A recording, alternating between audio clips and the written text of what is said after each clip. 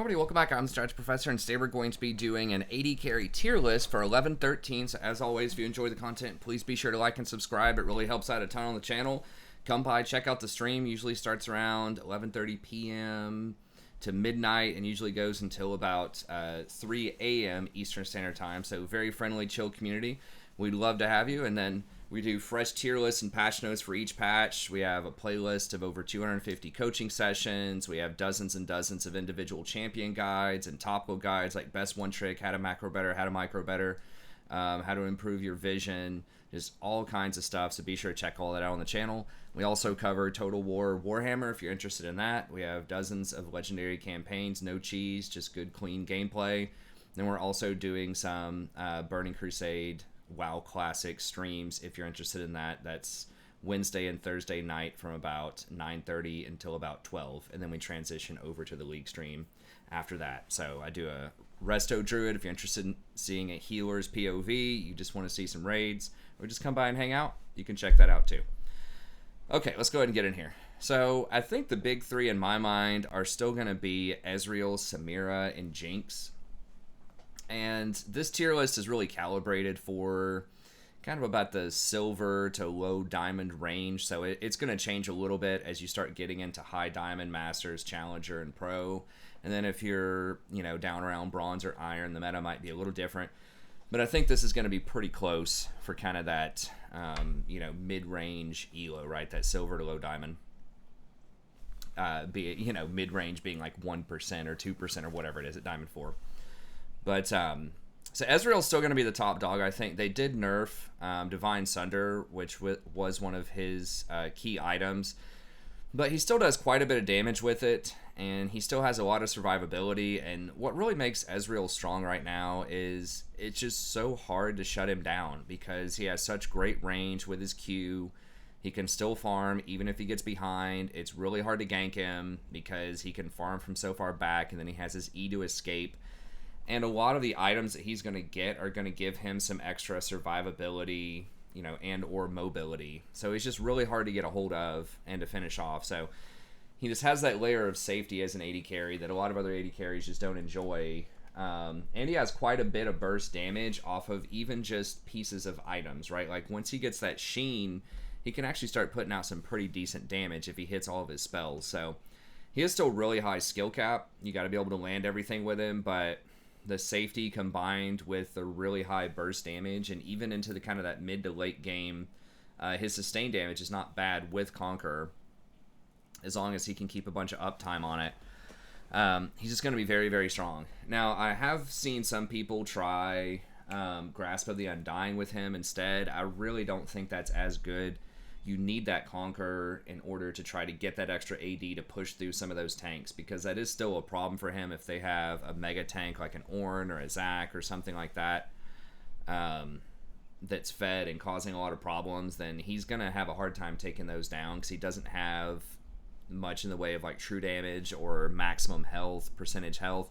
Now, if he does get the Divine Sunder, that does give him some max percentage health, so that's one reason among many why that item is very good.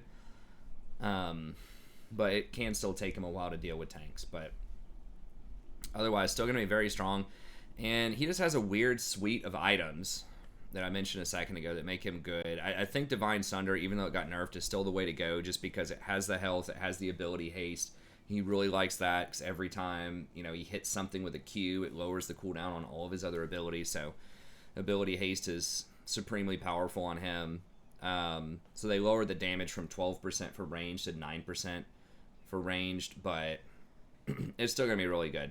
And then the passive, giving the percentage armor penetration and the percentage magic penetration, is really good on him because he does a decent amount of magic damage with his ultimate and his W and his E, but then he also does quite a bit of physical with his Q and just his normal auto attack. So I still think it's going to be really strong on him. And it has that sheen component that I mentioned before, which is very good to pick up early on. The phage is going to give you a little bit of extra survivability, a little bit of extra sustain, and a laning phase. So overall, really good combination. I think it is worth mentioning, though, that Trinity Force did get a few buffs like a few patches ago, and that is technically a higher percentage item on him. It costs about the same amount of gold, just 33 more. What you're going to get with that is a little bit less health, but you get more attack speed you get more movement speed, and you get more flat sheen damage against low health targets. So if they don't have a lot of tanks and they don't have a lot of dive that's going to be coming at you, threatening you on the back line where you need that extra health, then I think Trinity Force could be a good option. It's going to be the higher damage option in a lot of cases if you're fighting targets that are going to have, 2,500 or less health. Still a good option, and that's a lot of games. Most people are still playing skirmishers and assassins, although, the Black Cleaver, types of champs, Divine Sunder, that type of stuff is pretty popular on traditionally squishy champions like a Camille, like a Fiora, Riven. A lot of those champs are going for these bruiser items, so that does make Divine Sunder pretty good. But I'm just saying Trinity is underrated and still really good if they have a very squishy team comp. Then you just want to go Muramana pretty much second always. You're just charging up that tier, and you should have it done by the time you can complete the gold for this on second item. This adds a tremendous amount of extra proc damage on your Qs. And it does have the ability haste on it as well, and it just gives you a lot of mana to just keep cranking your spells. So it's a classic item on Ezreal, still going to be very good. You still want to make sure you get it. And then the third item's where it gets pretty interesting. A lot of people have been opting for Frozen Heart, which seems a little weird, but it does give you that extra tankiness, gives you some nice dueling power against other AD carries, protects you against assassins like Zed, and you do get some extra value out of the ability haste. Or out of the mana, rather. Ends up giving you, I think, 10 extra AD if you have Muramana completed. So it's going to be really good if they have a lot of auto attackers on their team, or if they're diving you with a lot of AD. As long as you still have enough damage to get the job done, I think this can be a pretty decent option. Remember, they did buff this to go from 15% attack speed slow to 20%, which is pretty big. And its cost did get nerfed to 2,500, so you're going to be able to get this a lot faster than you could get something like Serelda's Grudge, which is going to be 700 more gold. So part of it's just going to depend on the tempo in the game, when you can buy it, and how effective that armor and the attack speed slow is going to be. But that is one perk that he has that most other AD carries don't have, is his third item can come much faster, 500 to 800 gold faster than a lot of other champions' third items. So that is pretty handy. Now, you do have other options that are still pretty good. Serelda's is still pretty good in the places where you want it. Ravenous Hydra can still be good, but I think the Frozen Heart is the way to go a lot of times by default. So yeah, Ezreal is still very strong. Shouldn't be a lot of surprises. He has only about a 50% win rate or so, 50 or 51, but he's a really high skill cap champ, and a lot of people just don't play him well, and you'll see that with a lot of kind of these top end champs. But if you do play him well, I think he's very difficult to deal with. Okay, Samira is the next one, and I'm not sure. I haven't kept up with a lot of other tier lists. I don't think she's been performing that well in pro. Not 100%. In solo queue, she's like 49 or 50%. This champion is just such a threat. Pull this up here. Yeah, not doing super well in pro right now, but in solo queue, I just think she's a huge threat. Once she gets those two items, it's so difficult to kill her most of the time, especially if you don't have many other healers on your team. A lot of champs or a lot of people are just not going to go out of their way to get the Grievous Wounds, and it's a real pain in the butt to have to get Grievous Wounds for an AD carry, because most other AD carries aren't going to force that. But she will, right? Once she gets Immortal Shield Bow, and then eventually I like the Bloodthirster build on her. It kind of depends. You don't have to do that, but the Shield Bow plus Bloodthirster is just so good, because your ultimate, I believe, still applies 100% lifesteal. They may have nerfed that down a little bit to like 66%, but either way, she gets a ton of value out of lifesteal. It's kind of like Draven, where a lot of her abilities also trigger lifesteal. And so that just makes her just really difficult to kill, and the longer she stays up in a fight, the more likely it is she's going to get enough charges to use her ult. And once she starts ulting, and that allows her to be more aggressive too, to kind of charge forward and get more value out of that ult. And once she starts going off with that, then it's just extremely difficult to stop her. And some of the changes to Shield Bow a few patches ago did make it very strong on her. So I think that it used to give attack speed. I can't remember exactly what it was. This is like 3 or 4 patches ago. But I believe it used to give attack speed when you triggered Lifeline, but now it gives just flat AD. and I believe it gives a bigger shield. So that's perfect because she doesn't really need a lot of attack speed. Like, it's good, but you just want that raw AD so your abilities hit harder, and, you know, most notably, so your ultimate hits harder. Because attack speed, I don't believe, affects your ultimate at all. So just having that extra AD, having that big shield to give you that confidence to go in, you know, get the last couple of ticks and start channeling your ult. It's so hard to deal with. And she has great combination with a lot of other champs that are in the meta that have knockups, so she can gap close and sort of follow up with her passive stuff like Lulu, Rakan, Nautilus. You know, a lot of these champions are going to add those extra knockups for that extra bit of benefit. And she just puts out a ton of damage and a lot of AoE damage. But I think the main thing is she's just so hard to kill with so much lifesteal and such a huge shield off of Immortal Shield Bow. Then you couple that, you know, with Conquer, with Triumph, you know, for those resets, even more healing. She's just very, very difficult to deal with. And then the Collector's also really good, obviously, because your ultimate's going to make sure that you get those last hits and get that extra gold, because you're going to get that little bit of extra ticking damage. So lethality is very good. It's underrated. You don't usually get that on her because your ultimate can crit as well. But it's a pretty nice stat because your abilities do a lot of baseline damage. So I think she's in a very strong position right now. And because she doesn't need the attack speed, you can also get a defensive boot like a plated steel caps. And again, when you start combining extra armor, auto attack reduction, plus shields, plus tons of lifesteal, plus, you know, the extra healing from Conquer and Triumph and all this stuff, it just makes it so hard to deal with her. And she also, I forgot, she also takes Ravenous. Ravenous Hunter, so it's just healing everywhere. And so if there's no other healer, like I said, on your team that's going to be doing a lot, right? If you have a Leona or an Nautilus or something that goes with her, then a lot of people just won't get the Grievous Wounds. They'll just underestimate just how much healing she's doing, and you can really go to town with her. So super strong champ. I think you have to go Shield Bow first. There are some other options. It looks like Collector actually has a much higher win rate, but it's also only 100 games, so pretty rough sample size. So the consensus, you know, 72,000 games on Immortal Shield Bow. The next highest is Collector with 100. So go Shield Bow first. Second, you get a couple more choices, right? It looks like almost everybody goes for the Collector.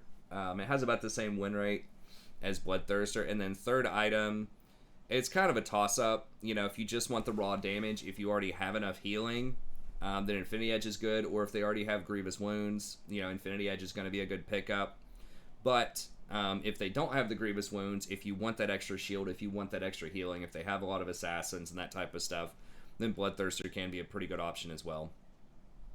So, decent options, but pretty much an AD carry that functions very well in kind of the YOLO queue / bruiser, you know, hard dive comp type of meta. I think she fits right in. Okay, and then Jinx is my last one that I have at S tier that's really good. She has fallen down a little bit in win rate. I think she used to be around 53%. I don't remember the exact nerfs. I don't think there were a ton directly to her. It was just other champions that kind of fit with her in the meta. You know, the meta has become a bit more mobile. They did nerf the mobility on this patch, which is why I think that she's going to be, you know, maybe move up a little bit as the patch progresses. But she's just kind of the quintessential backline hyper carry, right? She has extremely long range with those rockets. Remember, they buffed the rocket range, I think, by 25 a few patches ago. Very good wave clear in the early games. You can push, get that priority, go get vision, contest dragons, help your scuttle, or help your jungler contest scuttle, all that stuff. So having the extra wave clear is really nice early. Super long range late game, and just the way that those rockets still work with Hurricane. And I'm very surprised they have Phantom Dancer here instead of Hurricane. It does have a higher win rate. I guess it does give you the movement speed, so it just kind of depends on how much that movement speed matters to you versus, and I think it has like a little bit of extra attack speed, maybe. They're both the same price at 2,600. It has the raw AD on it, which this one doesn't. But I don't know. I'm a huge fan of Runin's Hurricane because when you fire those rockets, each one of the Hurricane bolts also turns into a rocket that splashes and does AoE. A lot of people don't realize that. So in a team fight, if 3 people are clumped up together and you get 3 rockets going to each one of them, that's 9 hits because each one can hit each target there. So it's 3 missiles, 3 targets, 9 total hits. Just completely annihilates team fights if you're having clean 5v5 team fights. Now, on the other hand, if you do have a bunch of people constantly diving you on the back line or flanking you and you just don't quite have enough peel, I could see Phantom Dancer because it is going to allow you to kite a little bit better with that extra movement speed, and it probably has a little bit better raw single target damage output. So if you just need to kill, if you're going to be in Gatling gun stance and you're just trying to, mow down a tank, maybe you can go for Phantom Dancer. But if it's going to be clean, front to back 5v5s, then Hurricane's the way to go. Infinity Edge is obviously third item like it is on most people. And then you just want to go Kraken first. Pretty much always, just because the attack speed is so valuable on her. There aren't really that many other options. You can go Gale Force if they have something that... sorry, my camera's freaking out there. I'll fix that. If they have something that is a really dangerous skill shot that you're going to be able to dodge with Gale Force, I think Gale Force is underestimated. So if they have like a Bard Ultimate, an Ash Arrow, Blitz Hook, stuff like that, and you're feeling really vulnerable, then Gale Force can be good. The big problem with Gale Force is I believe it has less raw stats. It has 5 less AD and 5% less attack speed. So it has less raw stats on it, and the Mythic just got nerfed on this patch to where it's 2% movement speed versus Kraken gives you 10% extra attack speed. So the Mythic is a lot better.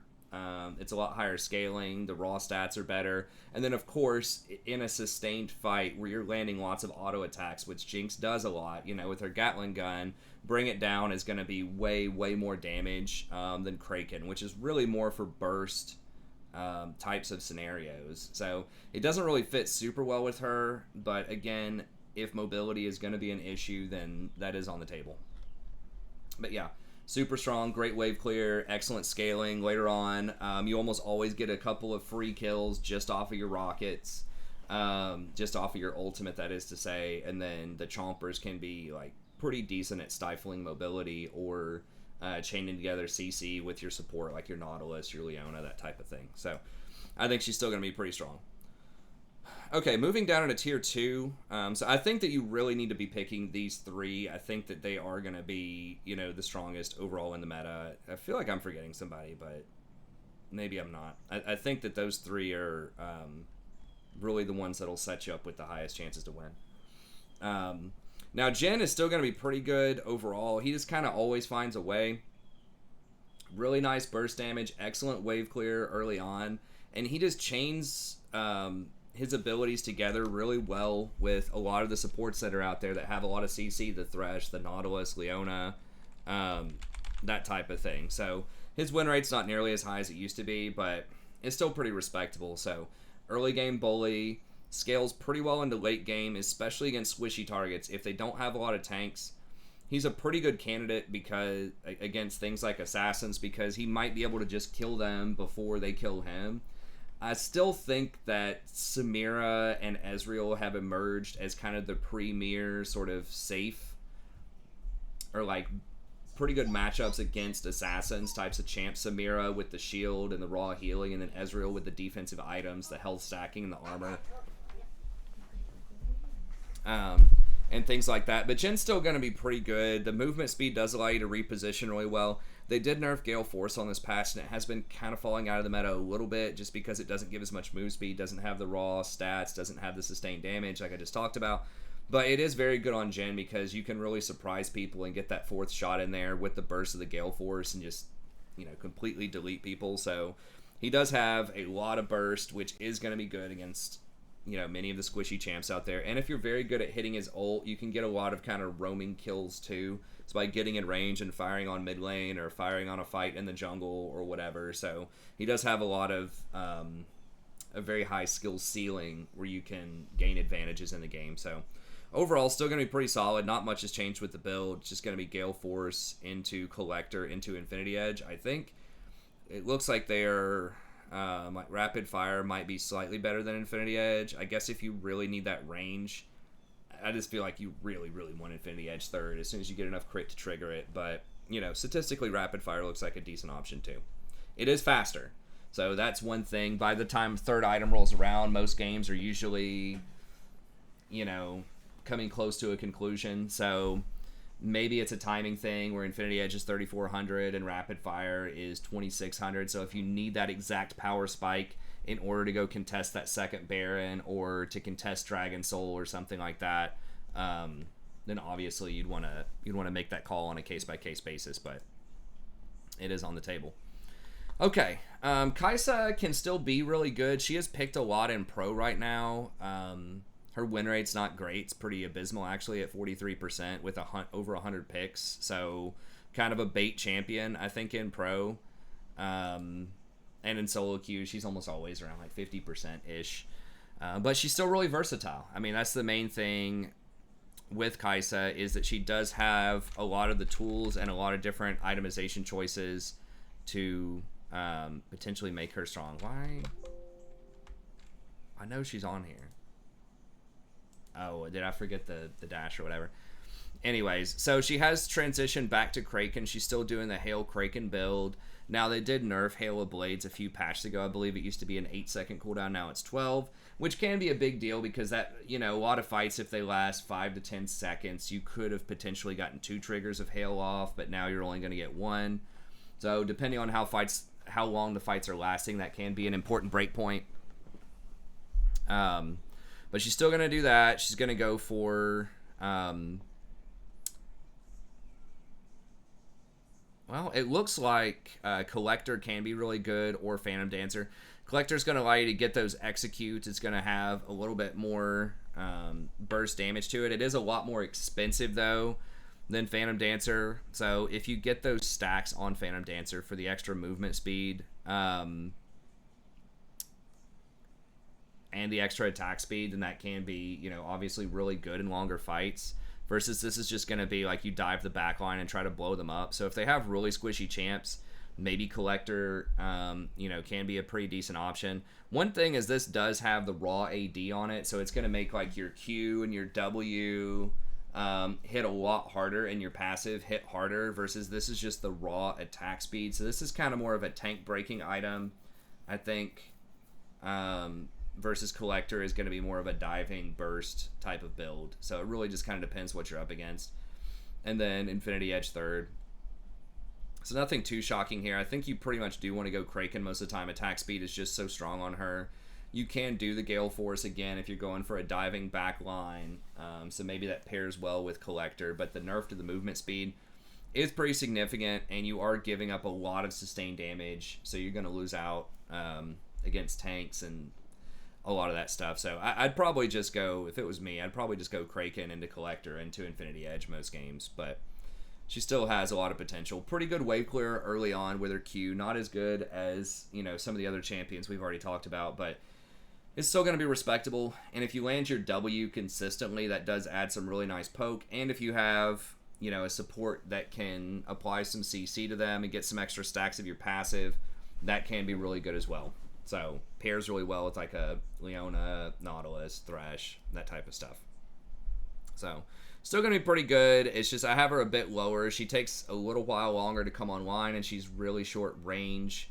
And I don't know. I just personally feel like Samira in solo queue a lot of time has kind of replaced her as the diving, you know, hard scaling ADC a lot of the time. Like, Kai'Sa can jump around to the back line, and, you know, she's got her shield from her ultimate, but Samira can dive in as well, and she just benefits so much from some of those meta lifesteal shielding type of items. And with the ultimate, I think it's just way more, you know, burst AoE damage. So I think that Samira just fits better in diving team comps a lot of times, but Kai'Sa can still work.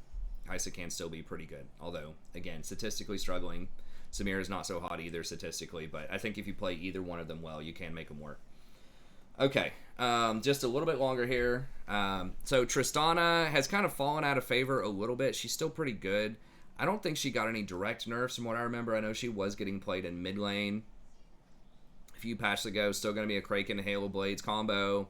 Again, that did get nerfed, but it's still going to be pretty decent.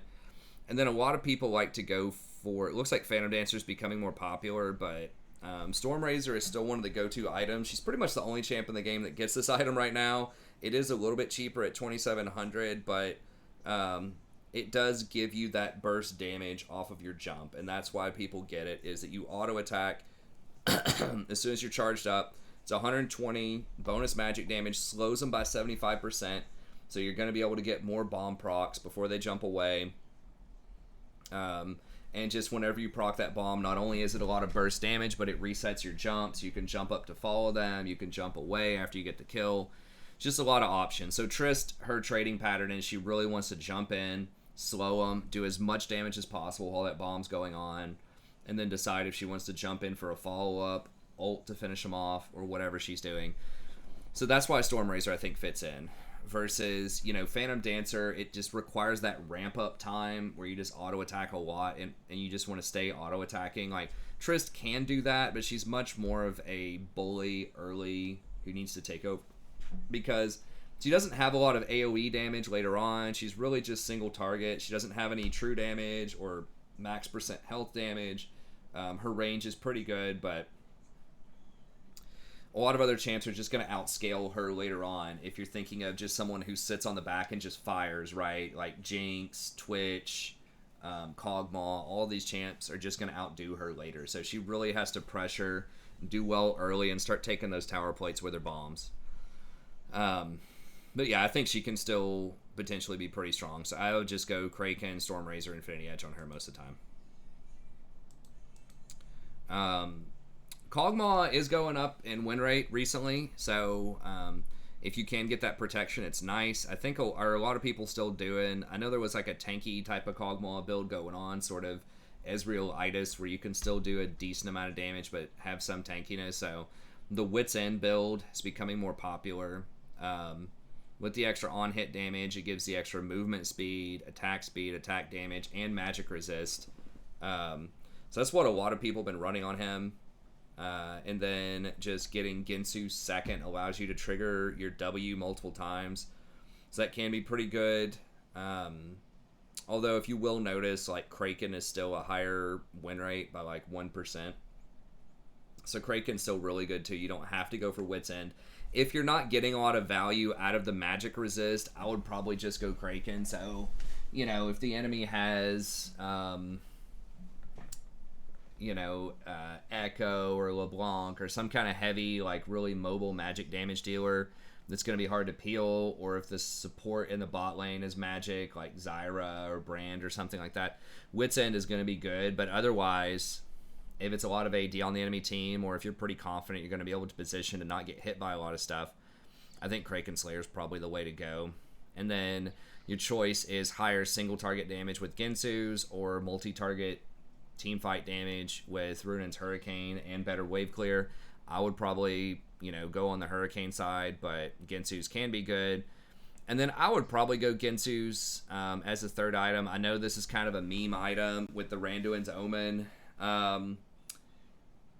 It is somewhat similar to the concept of Frozen Heart on Ezreal. It's like if you already have enough damage and you just want some more protection, it does give you a little bit of slow and protects you from crits. But as you can see, almost every other item just has a higher win rate on him. I know there's like one Challenger Kog'Maw or something that builds this, but at least in Platinum, Ginsu's, Hurricane, both of those are going to have 4% higher win rates. I guess like 3 and change higher win rates. So I think they're just a lot better in most situations. Now, if you have, again, a Zed or a Talon or just something that's basically unavoidable that's potentially going to kill you, then you can go for Randuin's, and that can help you out a little bit.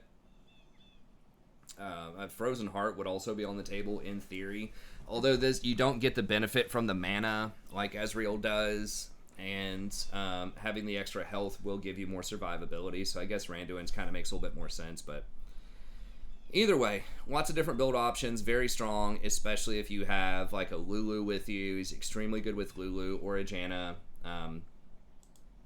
Those are pretty good combinations. Now, Twitch is another one that I think is just perennially underrated. Because of his ability to snowball in solo queue, just going invisible, a lot of people just don't respect it. Then he can just find a bunch of free kills, especially if he gets ahead. So I do like press the attack on him because that's going to increase the damage from your poison. So it's all damage by 12%. That does give you a little bit more utility as well in order to, you know, deal with tanks and things like that later. I will say it is a little awkward when you're ulting with press the attack because it hits people behind you and it has to be consecutive attacks against the same target, I believe. So I don't know if when he's shooting through people, if it can, I don't think it counts as an attack on each one of them. I think it's just on hit on each one of them. I'm not sure. So why is that important?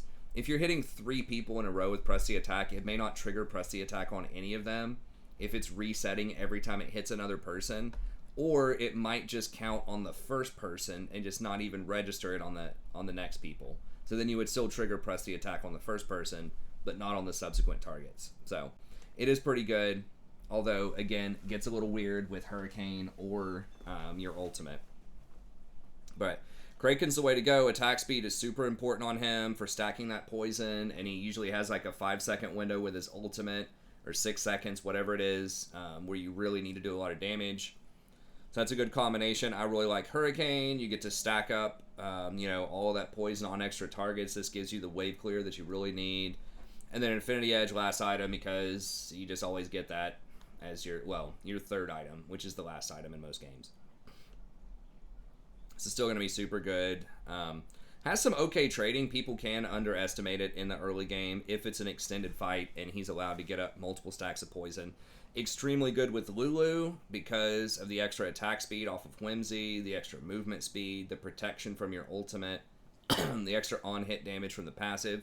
Very good. Extremely good with Yuumi as well. I've played Yuumi Twitch a lot because whenever Twitch goes invisible, Yuumi is also invisible if she's attached, and you can roam around, you know, hand out the extra attack speed and the extra AD, the extra movement speed. You can sneak up and get in a range to ultimate a bunch of people, and then Twitch just mows them down with his ult. It's a straight up booster strat. It's extremely good if you have a duo or a friend who can play Yuumi.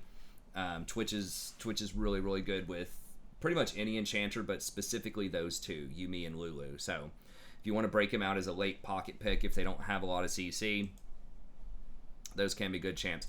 If you go Yuumi, that's going to allow you to go cleanse as well if you want to, and then the Yuumi can go like exhaust and heal, and that's just going to give you a ton of protection even against dive champions. Okay, last couple, then we'll call it a day here. Senna is still going to be okay. I think she's a better version of Caitlyn. She applies a lot of pressure in the early game. If you can get a lot of stacks with Senna, she can be good. I think it's hard to really take over a game as Senna in the same way that you can, you know, with something like a Jinx or a Samira. You can do quite a bit of damage, but it just feels like it's never going to be as much kind of sustained damage as some of the other champs. So you do have pretty good harassment, great utility early on. So I think she's kind of like better version of Caitlyn / maybe better version of Ashe. They're a little bit different, but just in the sense that like she brings a lot of utility with her heals, with her ultimate, the shield, the global presence. She's got the potential, you know, root with her W. Hi, who's there? She's got the root with her W, and then she can get Divine Sunder, gives her the extra health, gives her the extra, you know, survivability. Come on in! Come on in! Hi.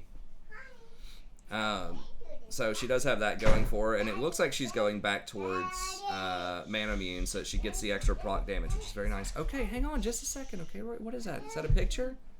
I'm here to this station to pick you up. Okay.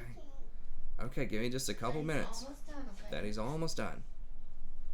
So, if you get a lot of souls, you can be very, very good in the early game. If you don't have a lot of souls, your damage is going to be pretty lackluster. They nerfed her souls pretty hard like 2 or 3 patches ago, primarily against fasting Senna for pro play, but it does hit mainstream Senna as well a little bit. So she's good. Utility, high pressure, good if you have a lot of poke, good with something like a Zyra, good with something like a Lux, or just anything else is going to put a lot of pressure up in the early game. Can be pretty good. Has a really hard time taking down tanks, kind of like with Jhin. Can do quite a bit of, burst damage if you do get enough souls. So she's okay. If you just want a little bit of utility, you already have a bunch of damage on your team, or you're just really confident you can go up by 30 or 40 CS from high pressure and poke in the laning phase and get a couple of plates and get ahead that way, she can be pretty good. But I think she's a little more situational than some of the other picks out there, but she's one of the best at what she does, which is, high pressure siege type of champion. I think she's pretty much supplanted Caitlyn, unless you're just God mode Caitlyn at being good at that.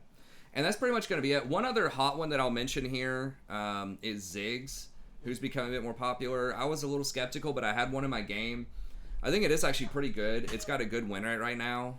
We've seen Ziggs ADC in the past. That's really been when most ADCs are just kind of bad and you need a mage in the bot lane. But he's, not a huge win rate right now, but he's got a huge, or not a huge play rate, but he does have a huge win rate at 54%. And the name of the game with this, they buffed his ult, which is massive. It moves like twice as fast now, so it's so much easier to hit your ult. And that combines so well with a lot of teamfight champions, or even stuff, engaged champions like Leona, Nautilus, Thresh, all of those. If they hook somebody, you throw your ult, it's almost guaranteed to hit them. And just later on, in 5v5s, that's really handy as well. And he has great wave clear with the Q.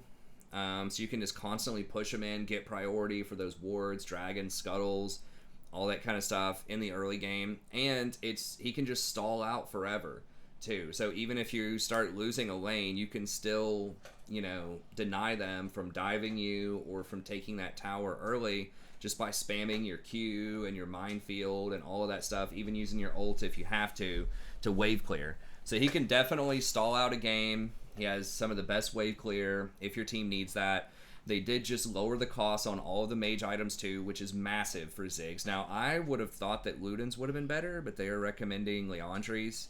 Luden's is more popular, but Liandry's does actually have a 3% higher win rate, which is very significant. So I think he does have a lot of potential, and he takes towers super fast. I don't remember if they buffed that or not, but he just really cracks those towers with the passive on his bomb, and then of course when it gets low, he can execute it with W. So if you pair him together with another poke type of champion like a Zyra in the bot lane, or Lux, Xerath, Vel'Koz, any of those other obnoxious hard pressure, hard poke champions, you can get those towers down really quickly and start snowballing your advantage. So I think he's decent. He's going to have a hard time against tanks, like a lot of these ADCs do, but especially if your team has a lot of AD on it and you just really need a magic damage threat in the bot lane, he's going to be one of the better choices. Kog'Maw's an obvious other one that's pretty good, but yeah, I think overall he's in a decent place. I don't necessarily think you should pick him all the time, but if you are good on him and you see the right situation, then I think he could potentially be pretty strong. He does have, he has the pressure, the wave clear, good burst damage, lacks the sustained damage against the tanks, barons, dragons, all that stuff that a traditional AD carry does, but he also fills in for a lot of weaknesses of a lot of traditional AD carries with the wave clear, the tower pressure, all that kind of stuff. So anyways, I think he's definitely worth considering, and if you're really good on him, I could see him maybe being like tier 2, maybe even tier 1 in certain compositions, but I'm just going to put him in tier 3 because a lot of people don't play him. A lot of people are not going to be practiced with him.